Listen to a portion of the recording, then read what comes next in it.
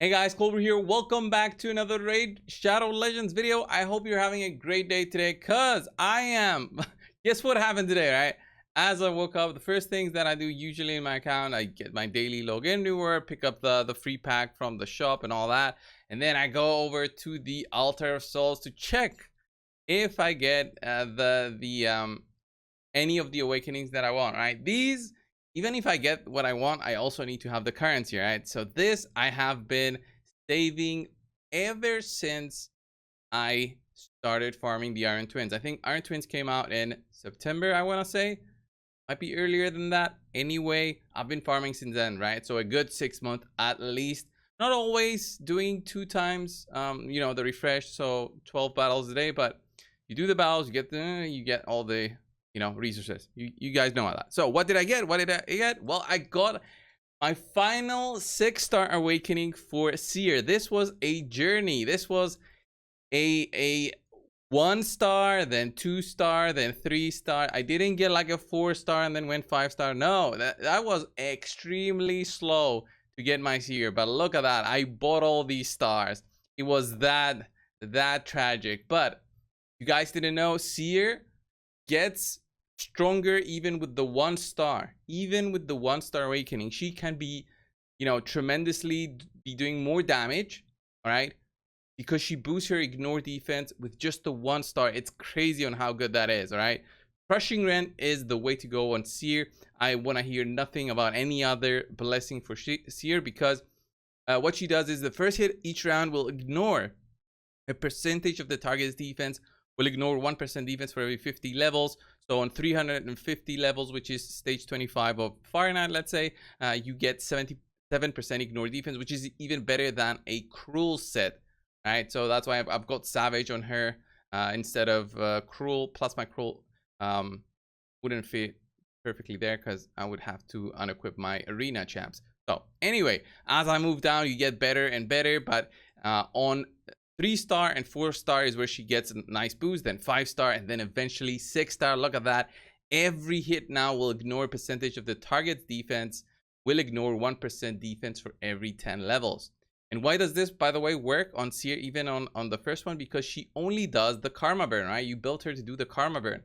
That's how you should be building your Seer. You shouldn't be building her really for clan banner first and then the karma burn, unless you are a beginner player. And talking about being a beginner player, if you're interested for a beginner's type of video for Seer, I will be posting one over on the Raid Champ Guides and Infographic channel that I have with some other content creators. We're making guides on champions that every single champion you can think of will be doing guides on there, but it's a specific channel. Have infographics that are nice and clean and everything. It's kind of a cool thing. So if you're more of a beginner, definitely check that channel out. If you want to see a different showcase for Seer with even less gear, not even the awakenings, then that will be perfect for you, right? So have a look at that. So let's have a look at my Seer though. This is an end game type of Seer, over 300% crit damage. You need to build your Seer with 100% crit. I don't want to hear anything about a lower percent than that. It will not work unless you have a Nora that boosts your crit rate. That is the only time I want to hear, okay, I'm going to run my Seer with, 80% crit rate. Yeah, you got to have a Nora for that to boost it. If it's a buff that boosts it, Seer will eat it up first and then burst it down with the karma burn. Just know that, all right? So this is my end game Seer. I'll show you the difference that this makes. Okay, I have a Seer damage calculator that I'm planning to make a little bit prettier before I update. I've made this in videos in the past, but now I think it's in its final form with it working perfectly with Crushing Rend, I would say. So if you have a 1-star Crushing Rend, look at that. You need 24 buffs for Fahrenheit's 350 levels. And then if you've got 3-star, it drops down to 23. Not that much of a jump. Then 5-star, 21 buffs. Then look at that, 6-star, boom, 14 buffs.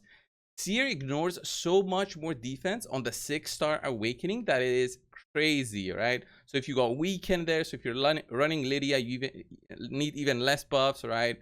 You've got Savage, Cruel, you can add that, and it makes a ton of difference. Okay, if you got 3 pieces of Cruel instead, it also changes things up because 3 pieces of Cruel is less than a Savage. So what I have is Savage plus crit damage, 6-star awakening. I don't have weekend. I've got these masteries.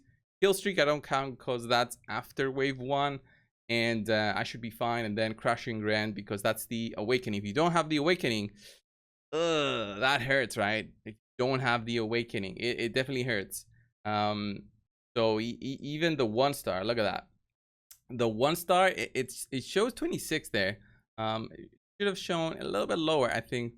But oh yeah, because yeah, I needed to have it click. Yeah, okay, 24, 26. I was wondering why it was showing the same. Okay, yeah.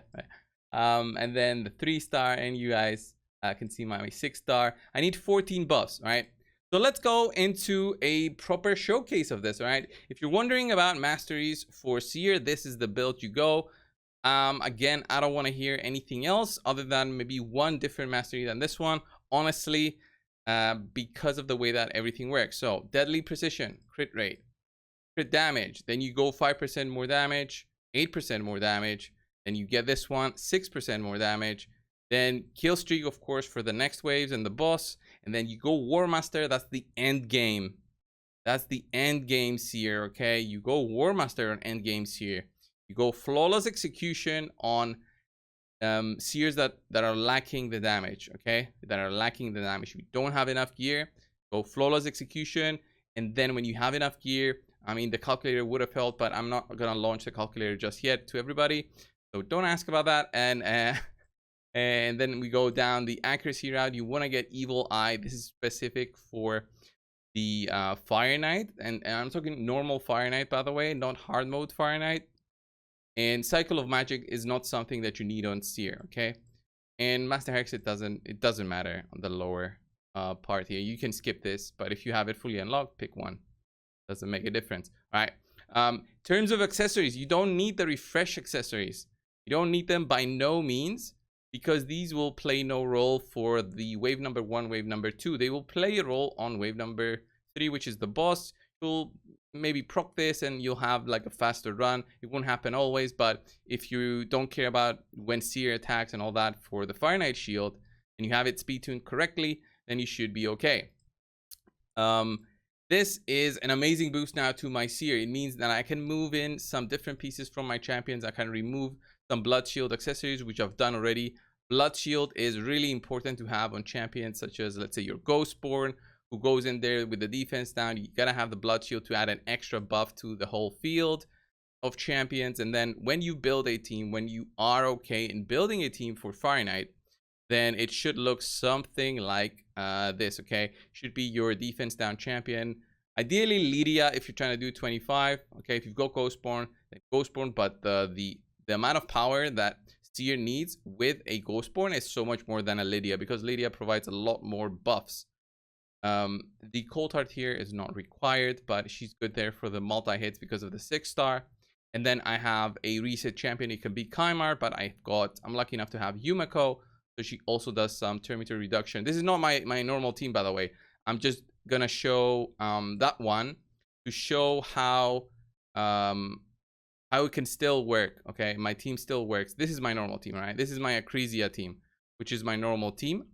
Because Acrisia does insane damage, and my runs can be 40 seconds to 60 seconds. Depends on RNG sometimes. And the reason that it's a little bit slower sometimes is also because Acrisia goes in there and does double hits at the start. She runs a little bit, so it's animations of about 10 seconds that I shouldn't be having. Look at that, 7 seconds. And then look at that burst, 380k coming in from Seer. The targets, by the way, lose health, okay? So it's not like you're building 0 damage on everybody else. You can build them with a little bit of damage if you want. That helps Seer not need all those buffs that I've shown earlier. So once you get to the boss, you'll do this, and my Seer should go in there with the A1. This is all the custom AI preset that I have on her. And boom, big burst. Then boom, boom. Look at the craziness from Acrisia. Get a solid burst. There's the A1 that I was looking for. Then Acrisia does her thing. Look at that extra turn there. Relentless is proccing, okay? And we get the weekend. Boom, reset. Ah, so nice. and the burst a minute there. It didn't have the, it had it capped at the FPS. So look at that. We get boots, we sell them. So let's have a look at the other team that doesn't have Acrisia with all that damage, okay, to help with the wave at the start, the one wave. And I also think we get fewer buffs because of how I have my champion. So boom, I have this team right here. Look at this. We'll go in there, and honestly, Allure is a must for Fire Knight. So if you have her, use her for Fire Knight. It's gonna help a ton. So let's just count the buffs. You remember from the start, I showed I need 14 buffs. Okay, 14 buffs is what I need. So let's say I hit once here. I don't have Blood Shield there. I don't need it. So we hit here with a 2. Look at the damage, by the way. We're doing a little bit of damage on targets. Nethril should be the one that you're aiming to have the ability to kill. Okay, he has the highest defense with 330,000 or so health. So have that in mind. Then we do the defense down. Then Allure goes. But if you are okay with everything, you don't even need Allure to hit, then you can have Seer go. And now I have 5 buffs, 10, 13 buffs, but the targets have received a little bit of damage. They're at about, I want to say 95% health. So 5% less than 100. It's perfect, because then Karma Burn just comes in and shoop, just destroys everything. And we take out the targets. And then the reset happens. Get a 12% boost to your damage because of kill streak, which is insane. Look at the bigger numbers now that we are doing. She does enemy max HP base damage here, so it's an insane way to get through waves. She is the way to go if you're planning to go end game. Even if you're not end game, you're trying to beat any of the stages of the dragon, that will be for a more beginner's account, which I'll be covering on the other video that I mentioned before. But it's such an amazing champion. You won't see a difference. Like with the 6-star awakening, you won't see a difference at the boss, because she's maxed out already there. The waves are the biggest problem when you're trying to make a team to have a synergy, such as this one, in order to take it down. And the time, by the way, for this one is slow, but this is why I don't use Allure anymore, because it's much slower. And amazing team.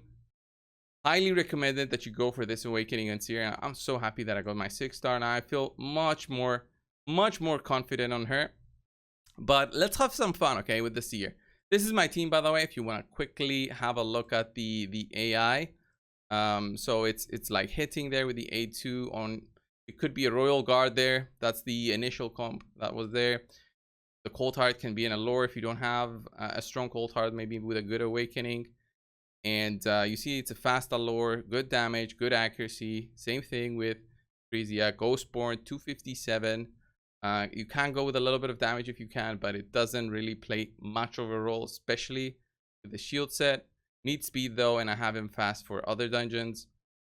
Then Seers, you need the 100% crit as I've mentioned, and then Yumiko does the reset at the end. So the point is to have all your champs open up with their default skills on round 3, so that they take down the shield first, and then the craziness starts to happen, right? The craziness starts to happen. So with that being said, let's have a look at another place. I want to see how much of a damage I can do with Seer. I think in Ice Golem is where the enemies also put up some buffs at the start of the fight. I think it's Ice Golem, right? So my plan is to go in there and see how much we can do on stage 25. So I've got this kind of team. Would this mean a lot of damage? I think get 2 buffs here from Battle Khazar. Do I need the 2 buffs here? Yeah, well, let's see with all those buffs from the battles. Let's see with all those buffs from the battles and how much damage we'll do on wave 2. Wave 1 should be okay, but okay, defense down. Let's manual the first wave, which is going to be less than the second wave, but let's see. Jesus, 1.8 1.8 million. And then here we'll do reset. Lydia will go. See, the buffs are there, so it's 5 buffs that will be removed. We get more buffs. This Battle Khazar is slow, but let's see it. Let's see it anyway. Boom! 1.8 again. All right, I gotta get that Battle Khazar a little bit faster. Okay, so I fixed the Battle Khazar, so now we should have like a fun showcase and see how much damage we can do with the Seer. These are big numbers. That's what I want to see here. So let's see. Boom. 2.1. Nice. 2.1 there. Yeah, let's do the resets. Get the hit going. Battle Khazar number 1. Battle Khazar number 2. Then the Seer. Wow, look at all the number of buffs. We got 2, 4, 6, 8 buffs. I needed more.